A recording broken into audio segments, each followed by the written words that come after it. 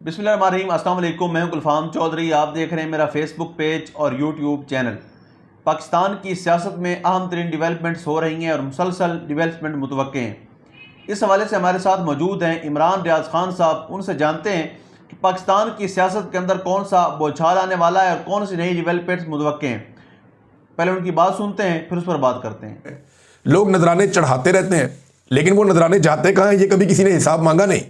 आप सिर्फ पाकिस्तान की दरगाहों में और ये बड़े बड़े गद्दी नशीन हैं, इनको जाके चेक कर ले, इक्का दुक्का को छोड़ के, जो कोई पब्लिक की गुड के ऊपर या लोगों की अच्छाई के ऊपर भी पैसा कोई खर्च कर ले। वरना ये ज्यादातर आप देख लें गल्फ कंट्रीज के अंदर, यूरोपीय ममालिक के अंदर अय्याशियां कर रहे होते हैं। इनकी जिंदगियां बादशाहों से ज्यादा अय्याशी वाली है, शहजादों से ज्यादा काम कोई नहीं करते ना। गद्दी नशीन है, बस आ रहे चंदा ने अकीदतमंद नजराने चढ़ा रहे हैं और उस पर वो इंजॉय कर रहे हैं अपनी लाइफ। तो ये तो आपने सिर्फ एक इनका थोड़ा बहुत दिखा दिया, और वो इतने पैसे नहीं थे। मैं हैरान हो रहा था कि ज्यादा पैसे क्यों नहीं है, ज्यादा चीजें क्यों नहीं है। वरना जो यहां पे गद्दी नशीनों को मिलता है आप सोच नहीं सकते, आप सोच नहीं सकते। तो यहां ये गंद उछालने से बेहतर अगर करना है तो पॉलिसी बनाएं और सबके खिलाफ करें। किसी एक के खिलाफ इस तरह करने से आपको कुछ मिलेगा नहीं। नाज़रीन, ये तो जनाब हो गया गवर्नमेंट का मौक़िफ़। इमरान खान साहब का मौक़िफ़ भी सामने आया। इस बारे में जो है वो पहले बताता हूं, बाकी इमरान खान साहब ने और बातें भी की हैं।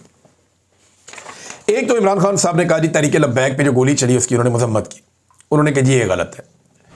तशद्दुद की उन्होंने मजम्मत की, तशद्दुद के खिलाफ उन्होंने एहतजाज की हिदायत की है। साथ इमरान खान साहब ने कहा जी कि गोली निहत्ते लोगों पर चलाना जो है वो इसकी कोई इजाज़त नहीं होनी चाहिए, ये गलत हुआ। तो इमरान खान साहब ने अपनी पहली ही मुलाकात में तहरीक लब्बैक के हवाले से अपनी पॉलिसी क्लियर की और उन्होंने कहा जी कि ये जो कत्लेआम हुआ ये गलत हुआ, ये ऐसे नहीं होना चाहिए था। दूसरा, इमरान खान साहब ने कुछ फौज के बारे में और तालिबान के बारे में भी अपना स्टेटमेंट, और ये जो दहशतगर्दी इसके बारे में अपना स्टेटमेंट दिया है। बैरिस्टर सैफ जो स्टेटमेंट बाहर लेकर आए, इमरान खान ने कहा है कि दहशतगर्दी के खात्मे का हल सियासी तौर पर निकालना चाहिए। उनकी फैमिली फौज में है, फौज से उनकी कोई दुश्मनी नहीं है। इमरान खान ने कहा कि गद्दारी के सर्टिफिकेट बांटना बंद होना चाहिए। अफगानिस्तान पर हमलों के नतीजे में दहशतगर्दी बढ़ने का खतरा है। यह बैरिस्टर सैफ ने इमरान खान साहब का पैगाम पहुंचाया। फिर इमरान खान साहब ने कहा कि अगर मैं तनकीद करता हूं तो सियासतदान के तौर पर पॉलिसी पर तनकीद करता हूं ताकि कोई हल निकले। फौज भी मेरी है, मुल्क भी मेरा है और शोहदा भी हमारे हैं। लेकिन ये इमरान खान ने कई दफा कहा। कई लोग ना ये कोशिश करते हैं कि जैसे फौज की और तहरीक इंसाफ की वो जंग चल रही है, या कुछ लोग ये कहना चाहते हैं कि जैसे पाकिस्तान की फौज में और इमरान खान के अंदर कोई लड़ाई चल रही है। नहीं, ऐसा नहीं है। ये एस्टेब्लिशमेंट के चंद लोग हैं, जो मिलिट्री एस्टेब्लिशमेंट जिन्हें हम कहते हैं, जो अपनी नौकरियां पक्की करने के चक्कर में अपनी पॉलिसियां जो हैं वो तब्दील करते रहते हैं। ये जनरल फैद हमीद जैसे, जनरल बाजवा जैसे, अभी बहुत मौजूदा जो DGISI हैं, आर्मी चीफ हैं, ये लोग इसी तरह काम करते हैं ना। सबको अपना अपना फायदा होता है। अब आर्मी चीफ की एक्सटेंशन का मामला आया हुआ है, DGISI ने अभी भी एक्सटेंशन ले ली है। तो उनकी जो पॉलिसी है उनके ऊपर तनकीद माजी में भी होती थी, अभी भी होती, कोई नई चीज तो है नहीं। अब इसका मतलब ये नहीं है कि फौज के साथ कोई दुश्मनी हो गई है या फौज के साथ कोई जंग शुरू हो गई है। फौज एक ऐसा इदारा है जिसको पाकिस्तानी अपना खून पसीने की कमाई में से अपना पेट काट के इन्हें पालते हैं, इस फौज को। तो जिसको पाकिस्तानी कौम अपना खून पिला रही है उससे नफरत क्यों करेगी।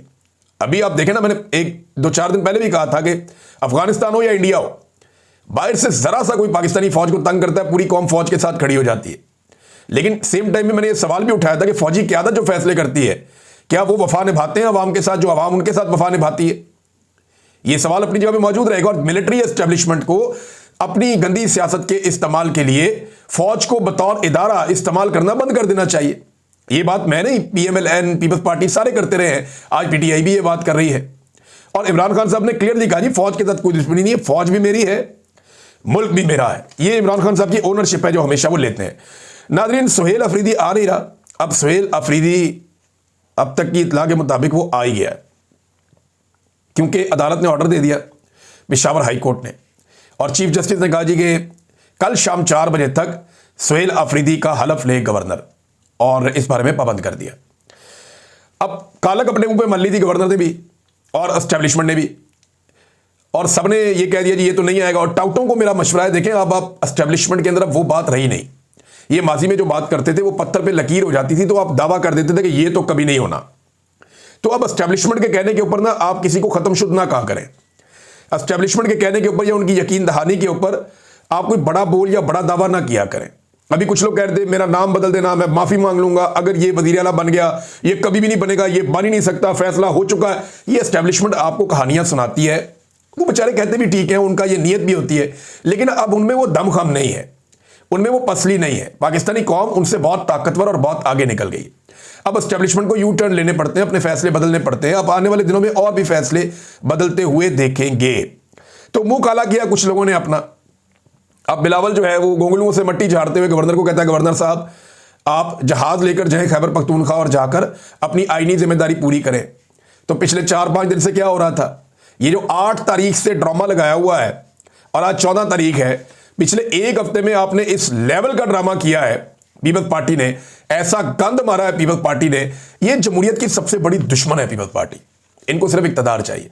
बिलावल का वो जुमला याद है आपको, ब्रूट मेजॉरिटी, वो बात याद है, डंडे वाली जमहूरियत, यही बिलावल है ना। और अब गवर्नर को पहले बिठाया हुआ था सिंध के अंदर के, इधर बैठो, नहीं जाना वहां पे खैबर पख्तूनख्वा। अब जब अवाम भी खड़ी हो गई, वहां वोट भी बढ़ गए, एक भी एमपीए इनसे नहीं टूटा। इनकी सारी उम्मीदें ये थी कि पैसा वैसा खर्च करके वहां पे जो ताकत है एस्टेब्लिशमेंट की, उसको इस्तेमाल करके कुछ एमपीएस तोड़े जाएंगे, इलेक्शन को डिले किया जाएगा और अपना वज़ीर आला लेकर आ जाएंगे। अब इस चक्कर में मौलाना फजलुर रहमान साहब की बातचियां खिल गई थी। मौलाना फजलुर रहमान साहब का किरदार जो है पाकिस्तान की सियासत में हमेशा बहुत अजीब और घिनौना रहा। मुशर्रफ दौर के अंदर मुशर्रफ को सपोर्ट करना हो, मौलाना फजलुर रहमान साहब ने अपना किरदार अदा किया। हर डिक्टेटर को मौलाना फजलुर रहमान ने सपोर्ट किया और उसके बदले में अपने लिए और अपनी फैमिली के लिए फायदा हासिल किया। ये हमेशा इक्तदार के अंदर रहे। अब इन्होंने एक नया फॉर्मूला निकाला है कि इक्तदार के अंदर नहीं रहते हुए भी इक्तदार के अंदर रहना है, यानी अपोजिशन पे बैठ के भी हुकूमत का किरदार अदा करना। जैसे कि 26वीं आईनी तरमीम में इन्होंने अपने फायदे हासिल किए और बड़े आराम से जो एस्टेब्लिशमेंट चाहती थी वो मौलाना फजलुर रहमान साहब ने करके दे दिया।